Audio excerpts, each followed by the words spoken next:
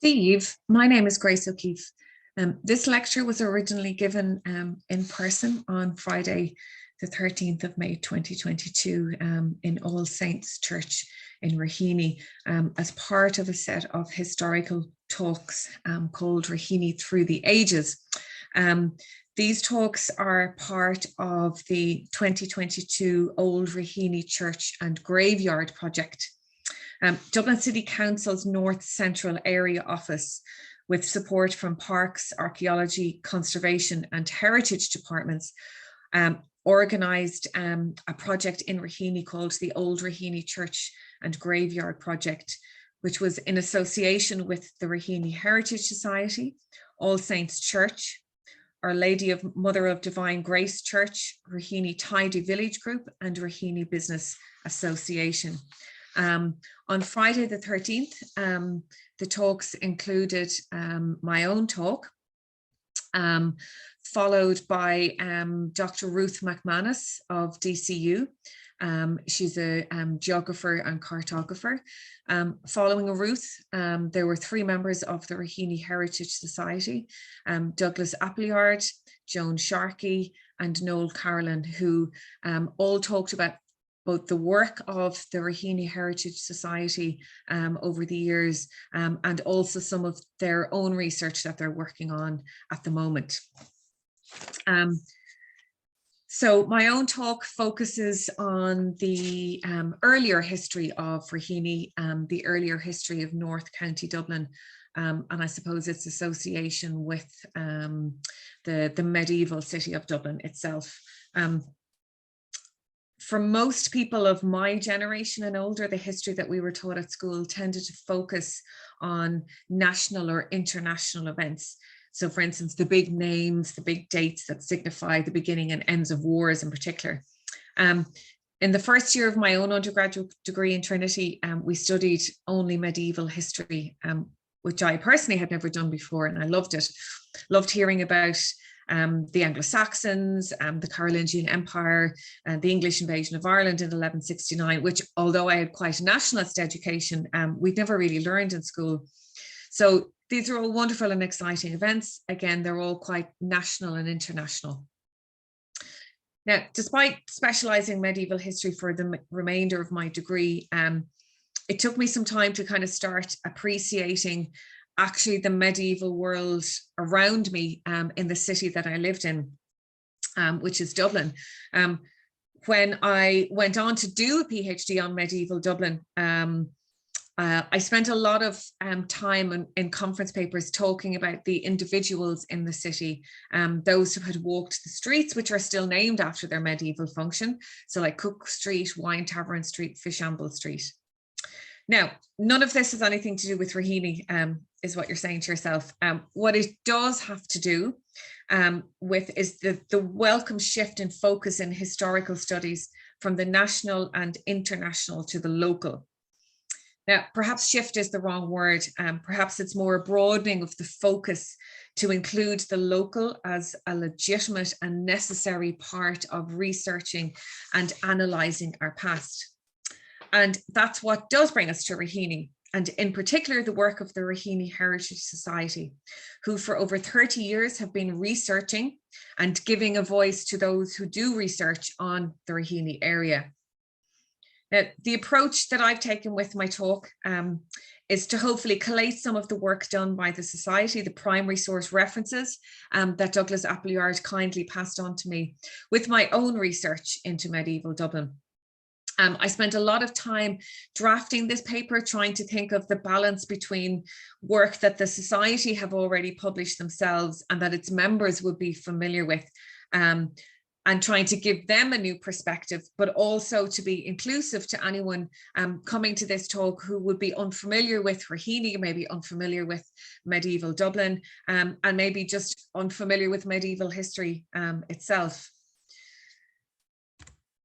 Now, any cursory search for the history of Raheny and its neighbours, Clester, Artane, Clontarf, will give you the very kind of basic foundation history of the area. But the bulk of what I want to present to you today is the wider world of those who either lived in the area or who had influence over those who did. I want to give you an insight into how we find out about medieval people, the sources and the methodologies that we use. My first task is to kind of set the scene a little bit for you. The map that is open on your screen now is a very small extract from a map done by John Rock. It's a very famous map of Dublin, and an absolutely beautiful work of art in its own way. It's a survey of the city, harbour, bay and environs of Dublin. And it's well worth a look if you're interested in cartography at all. The very earliest names that appear to be associated with the area refer, like many place names in Dublin, or sorry, in Ireland, to geography and religion. Raheny or Ratheny, meaning the Rath of Éanna. Now, there is a substantial rath in Raheny, perhaps with a diameter of about 110 meters, based on partial excavation of the rath itself. Now, the religious association then comes from Saint Asim, who is being speculated as being a possible associate of Saint Patrick. Now, little sidestep for a second. If Asim is a saint, how come we don't know more about him? Many years ago, I did a master's on canonization, which focused on the 12th and 13th century and the increasingly judicial process that the papacy were imposing on the making of saints. In the early church, canonization did not require recourse to any religious authority higher than the local bishop. For instance, by being put to death, an individual could acquire martyrdom. And in the early church, the status of martyrdom was applied in the subsequent adoration of the individual. If you weren't martyred, if you were able to, for instance, provide a miracle. So one of the most common ways, I suppose, in the early medieval period would be if a person of the church, so either male or female, had died and their relics were being stored, their body was being stored, and somebody who touched the relics or were close by it were cured of some particular disease or illness. This would begin the sort of informal process of that person being seen as being sanctified. Over the course of time, a particular event came to be synonymous with the veneration of the martyr or the beginnings of a cult. And that's what's called the act of translation, elevatio corporis. So this is when the buried body was moved and relocated at a physically higher point, which then became the destination for pilgrimages. Now, in a slightly cynical bent, of course, as well, it suited a lot of churches to have a pilgrimage associated with their church because pilgrims brought money. So having a saint associated with the local church could be quite economically beneficial as well. But what essentially I'm referring to is the fact that in the earlier church, so before really we get kind of into the 13th century, becoming a saint was a much more informal process than it would become once we get into kind of the high medieval period. Now, so we know that there was very early settlement here, and certainly that it was impacted by the arrival of the Vikings. Now, I don't want to overstate their impact outside of the town of Dublin itself, but it is worth remembering that although for a long time the Vikings had nothing but negative press in Ireland, most of which in fairness was justified, we are now able to take a much broader view of their interactions with the Irish, especially when it comes to hinterland settlement. One theory about non-urban Viking settlement is that they were satellite settlements set up in various locations, and one of those locations was Finglas. Some of the information that I'm going to quote here on these satellite settlements comes from Murphy and Potterton, the Dublin region in the Middle Ages. One of those settlements then was Finglas, and what I have here on your screen is a 9th century Scandinavian brooch, which was found in Finglas as part of a burial. It was found in around 2004. It has gilding on it. It has silver inlay.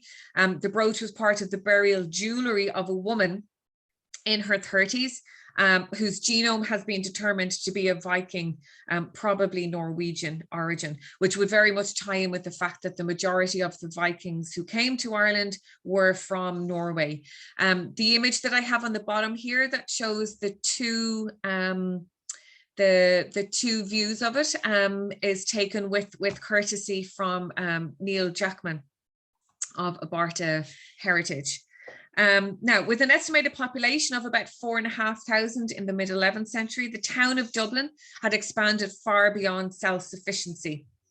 Pigs were commonly kept within the town. Larger animals like cattle, less so, for practical reasons of space and butchering capacity. Siobhan Geraghty, a leading archaeobotanist, has identified a large number of organic material in Dublin which originated from outside the town, but within Ireland. She also suggested that an area of at least 10,000 acres would have been needed to supply Dublin with wheat around the year 1100. So we leave the Viking period with the tentative conclusion that this region was very much part of a mixed Irish and Viking area outside of Dublin, but very much part of its hinterland. Now, I'm not, as you might expect, going to delve into the Battle of Clontarf, for the simple reason that, to give it justice, I would need to devote all of my time today to that one event. And there are loads and loads of reliable and accessible explanations of the battle. The slide that I have here is an extract taken from Sean Duffy's Brian Boru and the Battle of Clontarf, Dublin 2013. There's also on the Trinity College Dublin website, there is also a whole section done about the Battle of Clontarf in 2014 and about the background to it and who was involved and kind of the political alliances and marriages and all of that. So that's a really good site for you to take a look at. Now, the next monumental change that would affect our North Dublin area is, of course, the late 12th century English invasion. Now, a very, very brief summary of it for anyone watching who's not familiar with it. In the 1160s, the king of,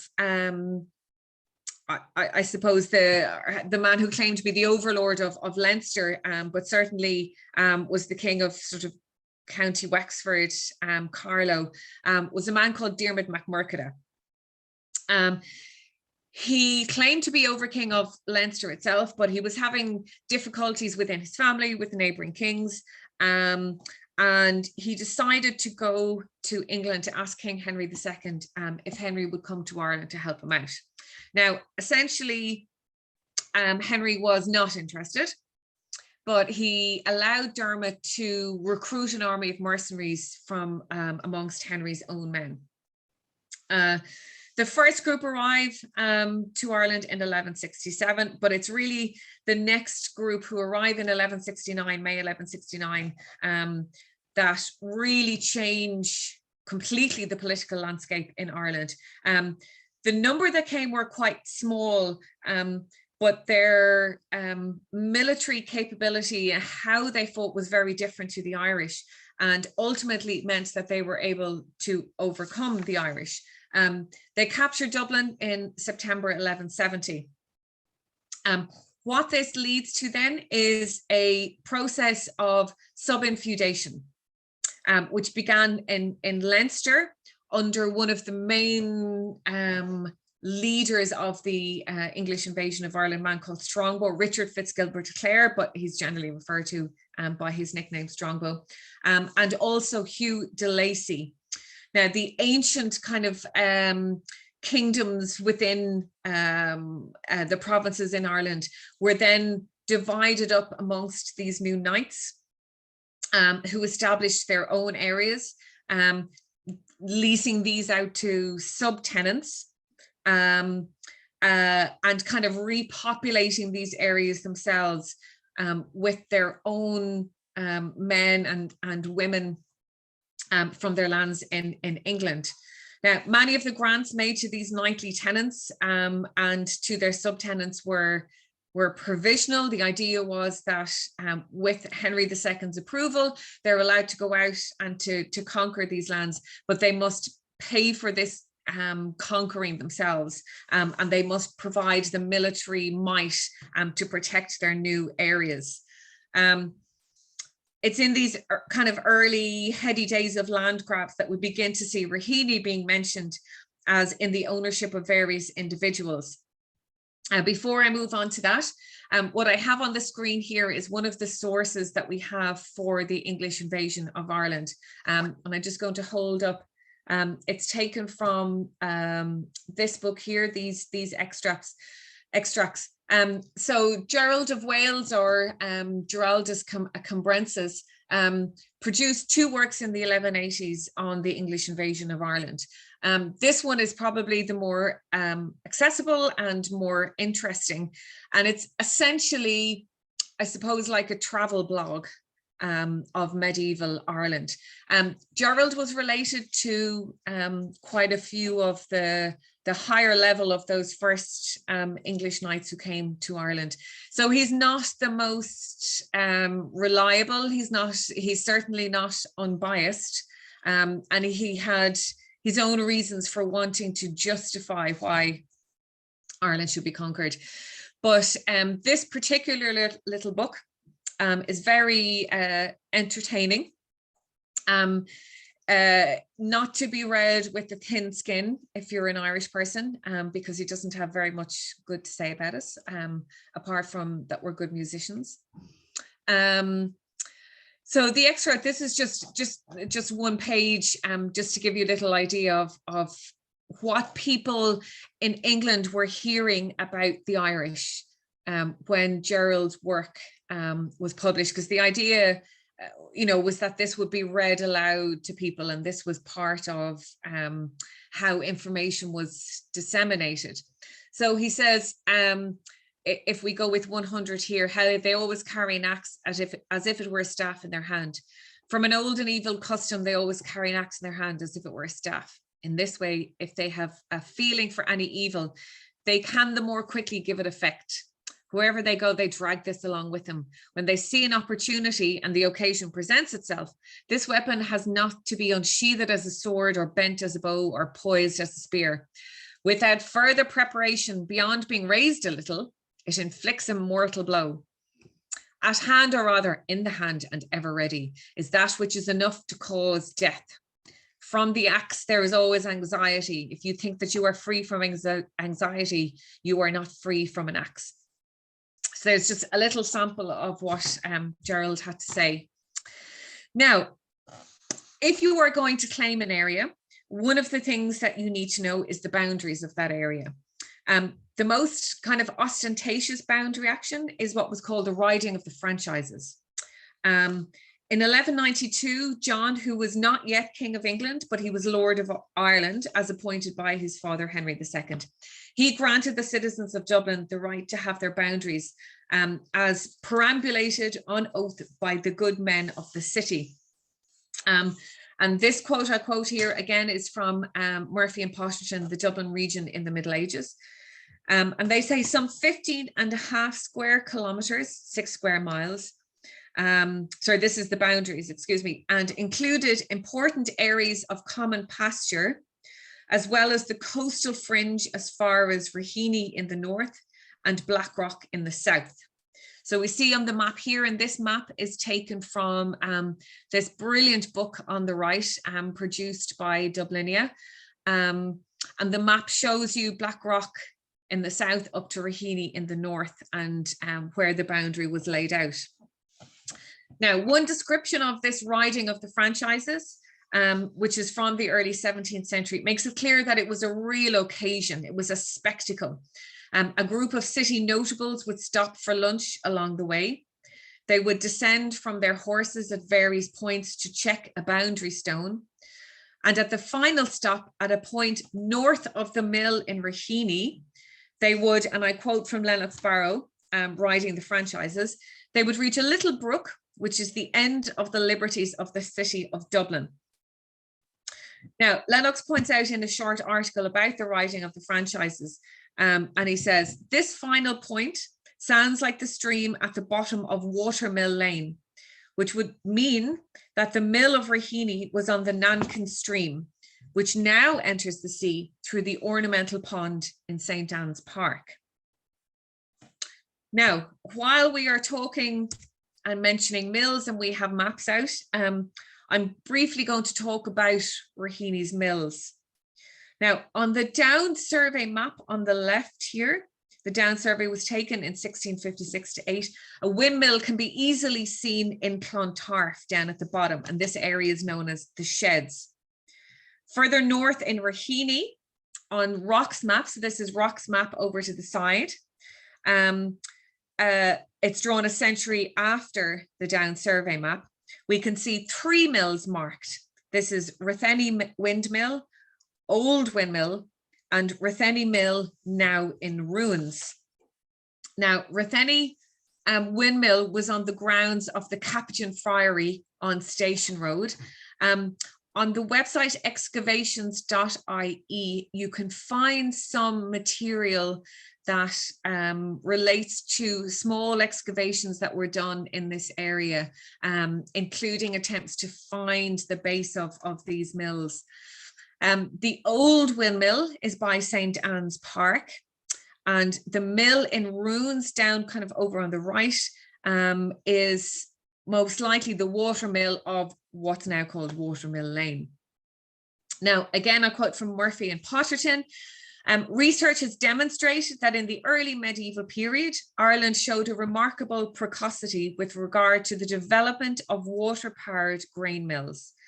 As Dublin's population expanded with the arrival of the English in the late 12th century, there was a corresponding increase in milling activity. And the image that I have here, excuse me, so you can see Margaret Murphy and Michael Potterton's book on the right hand side there, and it's an absolutely fantastic resource for anyone looking into, you know, a whole area of history and archaeology and sociology in the Dublin region in the Middle Ages, published by Four Courts Press. But on the left here then, you can see the timber structure, the base or the ground into which the timber structure of a windmill would have been positioned. Excuse me. Now, from the civil survey, which was taken in 1654-6, we glean a little more information about the ownership of the mills, or at least the land on which they were situated. So in Raheny, the Lord Baron of Howth held 340 acres of land, which included 2 good thatched cottages, several small cottages, 1 watermill, 1 windmill, and the walls of a decayed church. In Lusk, there was a windmill worth £5. In Swords, Christopher Fagan, an Irish papist, also owned a windmill worth £5. Now, although windmills were less common in Ireland than watermills, there's certainly a clear pattern of them in the North Dublin, South Meath area. Now, so far then we've established that as a settlement, Raheny had been probably a pre-Christian settlement, until we've more concrete evidence for the association of St. Asim with the area. There's really only kind of speculation as to who he is. We certainly know that the presence of Vikings locally is something that we can demonstrate, but is with the administrative changes brought about by the English invasion that we begin to get a little bit more information about individuals. Now, we're going to leave the suburbs for a little while and head into the medieval town. Now, my own PhD thesis was about a hospital, really a place of refuge and care on what we would now call Thomas Street. The Hospital of St. John the Baptist was founded in the 1180s It was closed in the mid-16th century as part of the dissolution of the monasteries by Henry VIII. It was a very typical institution of its time. It was situated, outside the Newgate. And if you look on this map here, now this map is a very famous map of, I suppose, late medieval, early modern Dublin. It was done by an English cartographer called John Speed. And although it's not entirely accurate, we know that there was more in the city than what we see on the map. It gives us probably one of the best views of the city emerging out of that medieval structure. So we see the walls are still in place around the city itself. If you look to the right of the map, all the way over to the right, you see number 12. That is Trinity College. So Trinity was founded in 1592. So this is about 20 years after Trinity was founded, but you can see that it's still outside the city. So it was, the whole Dame Street College Green area is still an undeveloped area. My hospital, or the hospital I'm talking about, the Hospital St. John the Baptist, is up to the left of the map. It's number 54. So it's on, like I said, Thomas Street, and it's outside the Newgate, the western gate of the medieval city, which was a very handy place for people to see the hospital on one of the kind of more important routes into the city. And the extramural location was very advantageous for those in the hospital because it gave them access to clean air. It meant the hospital had space for a garden to grow herbs and all that kind of thing. Now, one of the major components of my thesis became a prosopographical examination of the people associated with the hospital. So the benefactors and their extended social circle. Very briefly then, what is prosopography?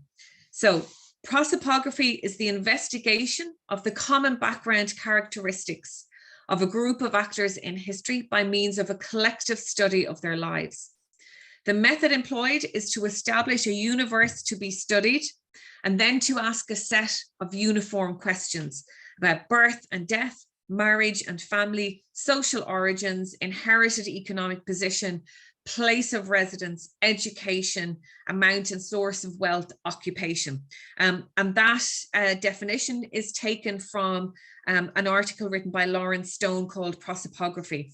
And essentially, this particular methodology is particularly useful where you are trying to get information about people who haven't left a huge amount of information about themselves. So people that are kind of below the wealthy, below the, say for the medieval period, below the kind of knightly class. So those for whom there may only be a few references. So you're trying to collate all of these together to get a picture of the time period in which they'd lived, who they were associated with. Now, reading through some of the medieval primary sources that covered this area of Dublin, meaning North County Dublin, so Raheny, Artane, etc., I began to see names that were familiar to me through my work on the hospital.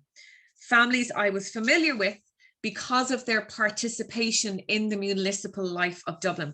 So they were property holders or even office holders. Now, how do we find out about these people? So if you're interested in doing kind of research on people in medieval Dublin, how do we find out about them? This is just another view. It's kind of a model made of the Speed's map, again, which I think is just brilliant. It really kind of brings to life the houses and the churches. So you see number 3 kind of on the right over there is Dublin Castle. You see in the center, number 7 is Christchurch Cathedral. So sources. So for a city whose records have been repeatedly neglected, destroyed and lost, Dublin has retained many sources through which it is possible to identify the citizens of the town and the hinterland. Virtually any administrative, legal or ecclesiastical source provides evidence for those who lived, worked and prayed in and outside of the city's boundaries. Editors, both modern and antiquarian, have used these cartularies, these registers, wills, and other assorted documents to compile, inter alia, lists of mayors, provosts, bailiffs, members of the guild, merchant, and free citizens. Now, despite providing valuable evidence of those who inhabited and managed Dublin, the use of names is not without difficulties. So, for instance, there is a lack of consistency in medieval naming practices, and this meant that it's not uncommon for individuals perhaps to have more than one surname, or certainly to have very different spellings of the same surname. People were known by occupation, were known by toponyms, patronymics, matronymics, and nicknames. So these are all the different methods that people use as identifiers. Now, the Dublin Guild Merchant Roll, which is an image that I have on the screen here, was compiled in the late 12th up to the I suppose the late 13th century. The roll contains names of those admitted to the Merchant Guild of Dublin, with, for the early years, the fine or the money that was paid on entry into the guild merchant, the Merchant Guild, sorry. This resource is now digitized and is available online courtesy of Dublin City Archives. It is an amazing resource. The way in which it's being provided online means that you can search through it under various different categories. So if this is a time period that you're researching in any way, or you just have a casual interest in it, do go and have a look at the Guild Merchant Roll online. Now, one of the more prestigious names who has been traditionally associated with Raheny is John de Courcy. Now, he's named as Lord of Rathenny and Kilbarrack. In some places, this is named as kind of the John de Courcy, who died in 1219, who was a huge figure in the early years of the English invasion of Ireland. He's the man who took over the Lordship of Ulster. He became a promoter of the primacy of Armagh over Dublin in ecclesiastical circles. Realistically, it's unlikely to have been him. It's more likely to have been what was called then his illegitimate son, who was also named John de Courcy. But parts of Raheny certainly had very significant landlords. So for instance, Christchurch Cathedral held lands there. St. Mary's Abbey held lands there. There's another brilliant resource online called The Lands of St. Mary's Abbey, which is published by the Royal Irish Academy, part of the proceedings of the Royal Irish Academy, but that is available online, and it shows again kind of the extent of the land holdings by these medieval churches. This book also, Christchurch Deeds, is a great resource for kind of tracing people or tracing areas and the different connections that Christchurch Cathedral would have had, whether they held the lands there or if they were owed rental payments from it. Now, I'm going to widen the geographic scope a little bit to include neighbouring areas like Artane, Killester and Swords. Now, around 1177, Archbishop Lawrence O'Toole granted a William Brune, that'd be B-R-U-N, but again, spelt in various different ways. So this William Brune was granted the land of Killester for the rent of ½ ounce of gold on the altar of the church, booths to the prior, and all the tithes of that land. John Cummin, the first English appointed prelate, that was in 1181, and Lawrence O'Toole's successor, confirmed the grant in 1181. Now, William Brune and his family are fairly well documented in sources for medieval Dublin.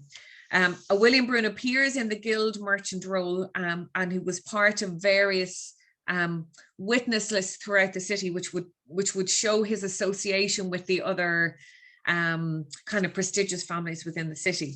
Now, I'm very going to briefly actually talk more about his death, than his life because of kind of the drama of what happened.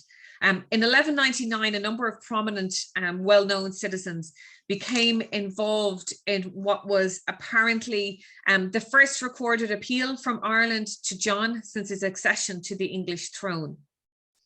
A dispute had apparently arisen between William Brome and a Warren de London, which prompted William to request the then justiciar to force Warren and his associates to keep the peace. On leaving Dublin Castle, having been called there by the justiciar, William, unfortunately, was struck by a hatchet. He fell into the castle ditch and he died 3 days later. Now, Brune's associates claimed that the guilty parties comprised of this Warren de London and several other individuals, and that on raising a hue and cry, Warren had allowed the murderer onto his property where he gave him refuge. Now, Warren claimed that he'd broken leg, and an inquisition was ordered to establish if his associates, had pledged to keep the peace. The accused were ordered to defend themselves by various ordeals, and a day was set for them to defend themselves before the king.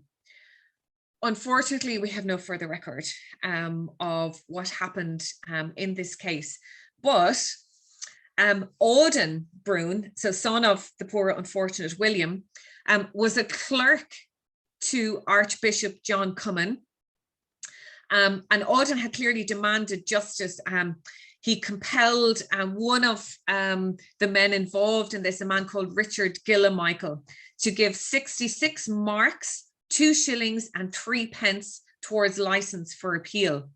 Now, although medieval Dublin was quite physically small, and those who traded with each other and appeared together in its administrative records were only one section of the population, it's still surprising to find Auden and the accused, William of Warren, a few years later witnessing charters together.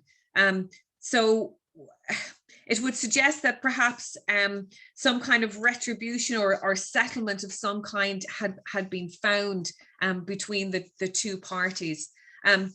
William Brune and his wife Susanna had 4 children. So Auden, I've mentioned, they had Susanna, Hilary and Alicia. The Brune name appears throughout the 13th and 14th centuries by holders of various different important offices. It's impossible to say, it's just at this stage, excuse me, if they're all part of the same family or not. There was a 13th century clerk and Baron of the Exchequer named William Brune. Was he part of the family? It's hard to know. Like Auden Brune at the beginning of the 13th century, a Geoffrey Le Brune was appointed Chamberlain of the Exchequer at the end of the same century. Now, I'm briefly going to mention the Exchequer. The Exchequer was founded as a means of calculating money. So working out how people owed money and who was owed money. The Exchequer bit comes from the checkered board. And this is what you see in this image here. So they actually moved pieces around on the board and would calculate how, who owed money and how it was owed. The other way that money was calculated was through this. These are tally sticks. And again, you'd make mark on the tally sticks to say how people were, repaying you or how much they owed, and things like that. Now, I'm going to move on to Clontarf. So we've looked at Raheny briefly, we've looked at Colester briefly.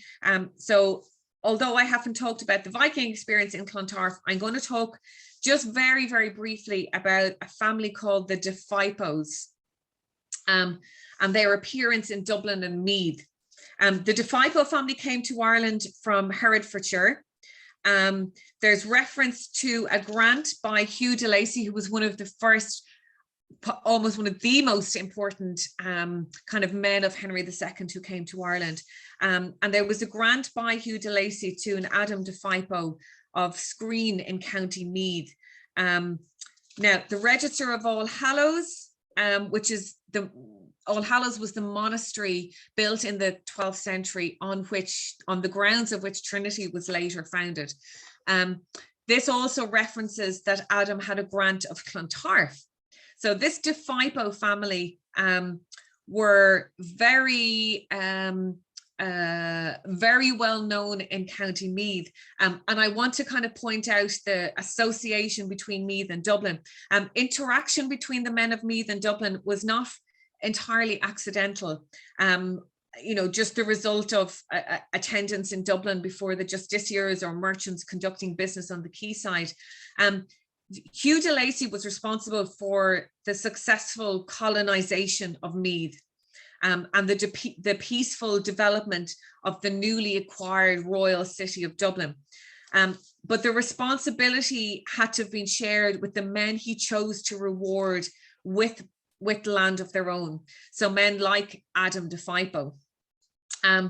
Colin Veitch, who was written extensively on Hugh de Lacy, suggests that the intention was to capitalize on Hugh's military experience in the Welsh Marches. So the Marches are the lands between kind of the colonized and uncolonized.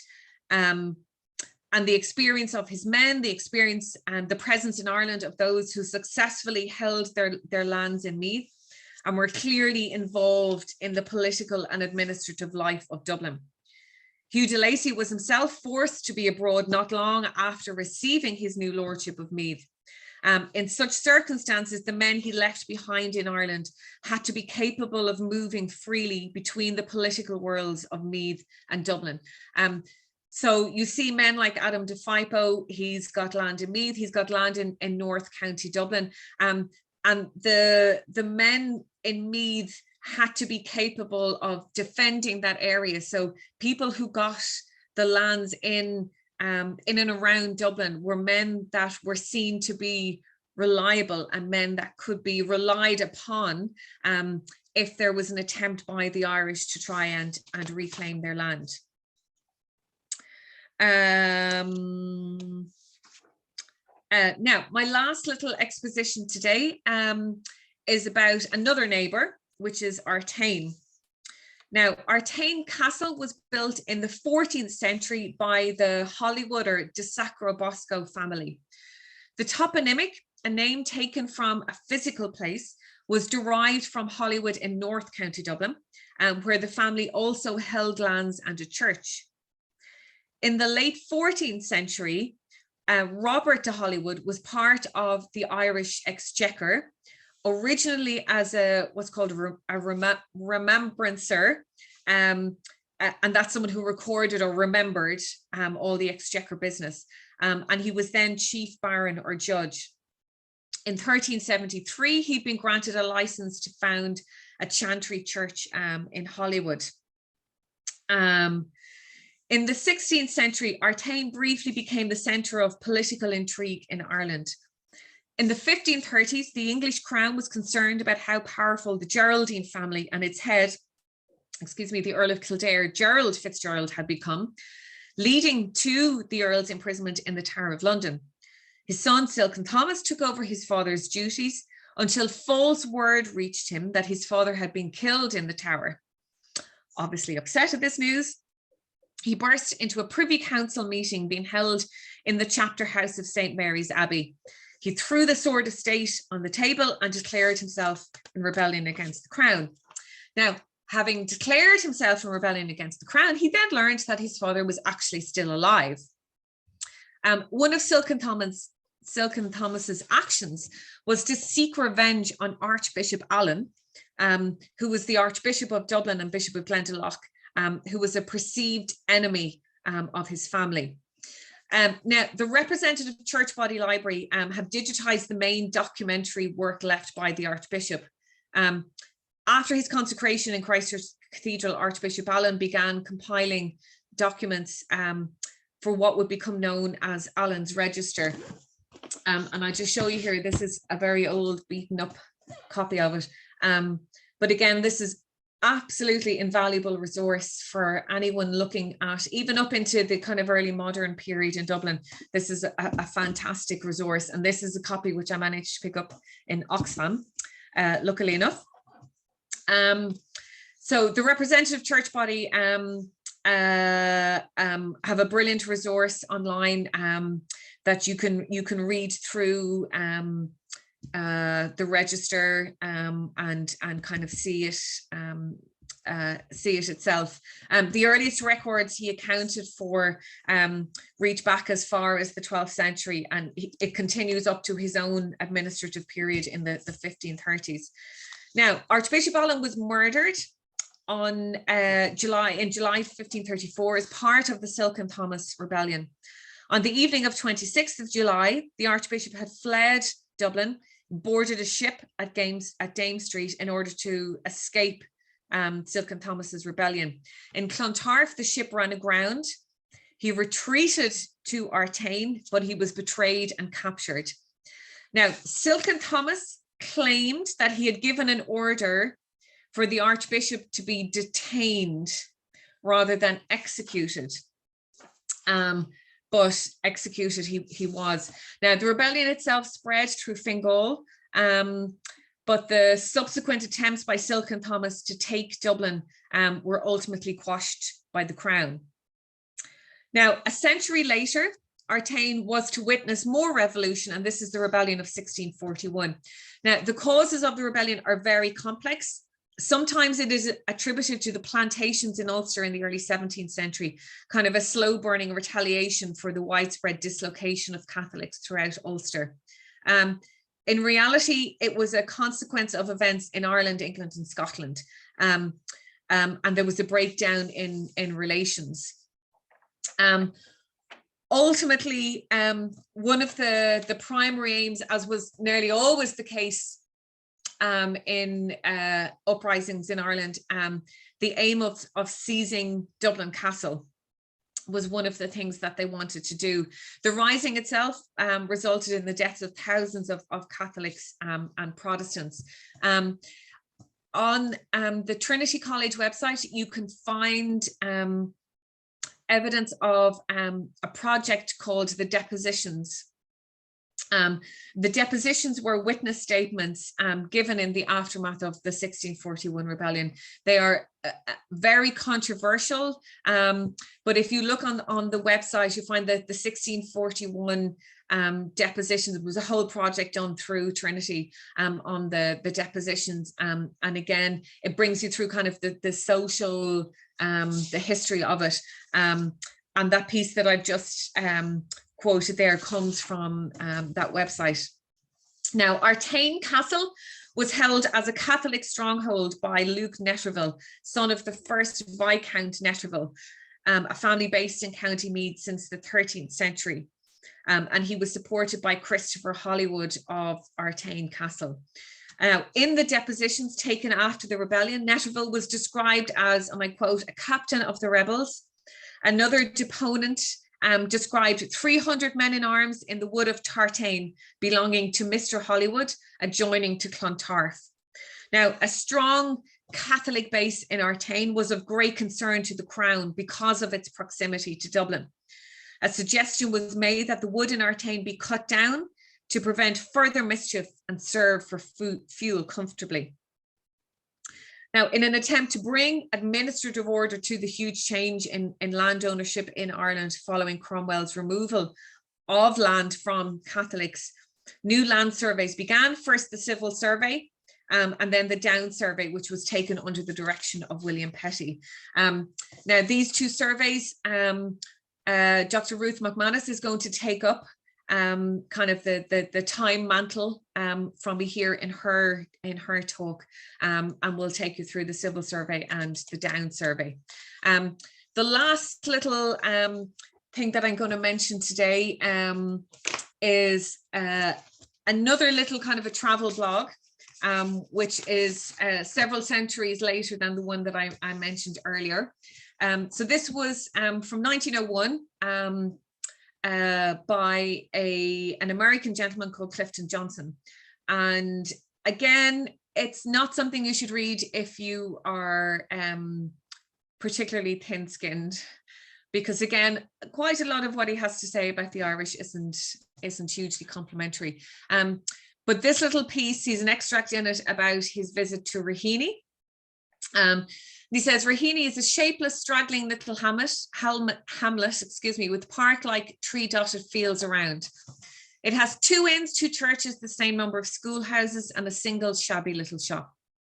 On the day I was there, the most notable human feature of the village was a row of men near its chief inn, sitting or standing along a house wall.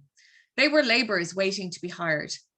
It did not seem a very energetic way of finding work, but it saved shoe leather and perhaps nervous wear and tear, and it is the Irish custom. The station master said there was no middle class in the village, they had only swells and labourers. The dwellings seemed to bear out his statement, for they were either the retiring homes of gentlefolk with lawns and shrubbery about, shut away from the gaze of the street passers by high stone walls, or the barren little cottages of the peasantry. Now, hopefully I've shown you in my talk enough that can counter Clifton Johnson's not very complimentary view of Raheny. Raheny and the surrounding area was a very rural area, and it really remained quite a village up until the modern period. But it was associated, I suppose the point that I want to get across is that it was associated with the town of medieval Dublin itself, and that many of those in the town who were part of the kind of administrative class, you could call them, held lands out in the North County Dublin area around Raheny, around Colester, around Artane, around Clontarf, and were involved in the, I suppose, the protection of the area in one way from the Irish, having been given this land from the English who settled there themselves. So I hope you enjoyed my talk, and I hope you enjoy the rest of the talks in this series. Thank you.